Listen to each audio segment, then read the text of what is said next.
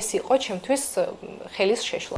არ შეუშლია ხელი, შიგნით არ შემოსულა. 8 საათიანი საინფორმაციო გამოშვების მსვლელობისას ქალბატონი ეთერ თურაძე შემოიჭრა, შეიძლება ითქვას პირდაპირ ეთერში, შემოიჭრა პირდაპირ ეთერში და მართალია მას არაფერი უსაუბრია, თუმცა ეს იყო ჩემთვის ხელის შეშლა. ისიც რომ გეთქვათ, ჩვენ ისედაც თქვენ შეგიძლიათ მიმართოთ შინაგან საქმეთა სამინისტროს თქვენ ამის გამოცდილება მშვენიერი გაქვთ და დააკავებინოთ და შეგიძლიათ მიმართოთ თქვენ რომ შემოსულიყავით მდგომარეობის გათვალისწინებით მე დამაკავებენ არის მე მთელი საინფორმაციო გამოშვების განმავლობაში ვიყავი აქ თქვენთვის ხელი არ შემიშლია თქვენ შემოჭრა ეს უკვე ხელის შეშლა იყო ქალბატონი მრისხანება, ქვების სროლა შეგიძლიათ მოიქცეთ. ქვების სროლა შუაშია. კარგი, დამამთავრებით და მე რეილაპარაკეთ, როგორც უდად გრძნობთ თავს.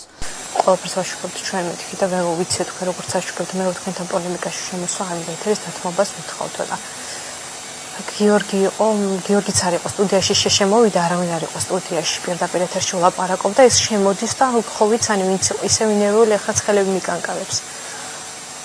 და ანუ არ შეუშლია ხელი, შიგნით არ შემოსულა, ბექაც თხოვდა რომ ანუ ახლოს არ მოსულიყო, რომ კადრში შემოსულიყო და გადაცემის დამთავრება მაცადა, იმიტომ რომ გიორგი შემოვიდა და უთხრა რომ დაგითხოვთ ეთერს, მოვიდნენ ხელმძღვანელობა და ასე შემდეგ, მაგრამ 24/7-ზე ტელეფონი ეჭერა ხელში, ყველაფერს მიიღებდა აბსოლუტურად და რა თქმა უნდა იყო დამძაბველი რა, დავითრქუნე.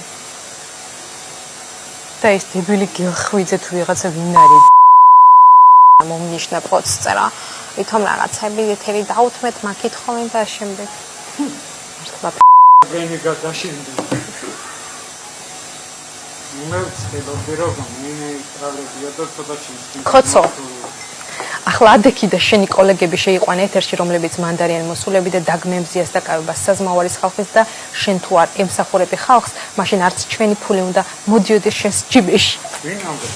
გიგა გელხვიძე ვინც აი ეს პოსტზე და მიწევს.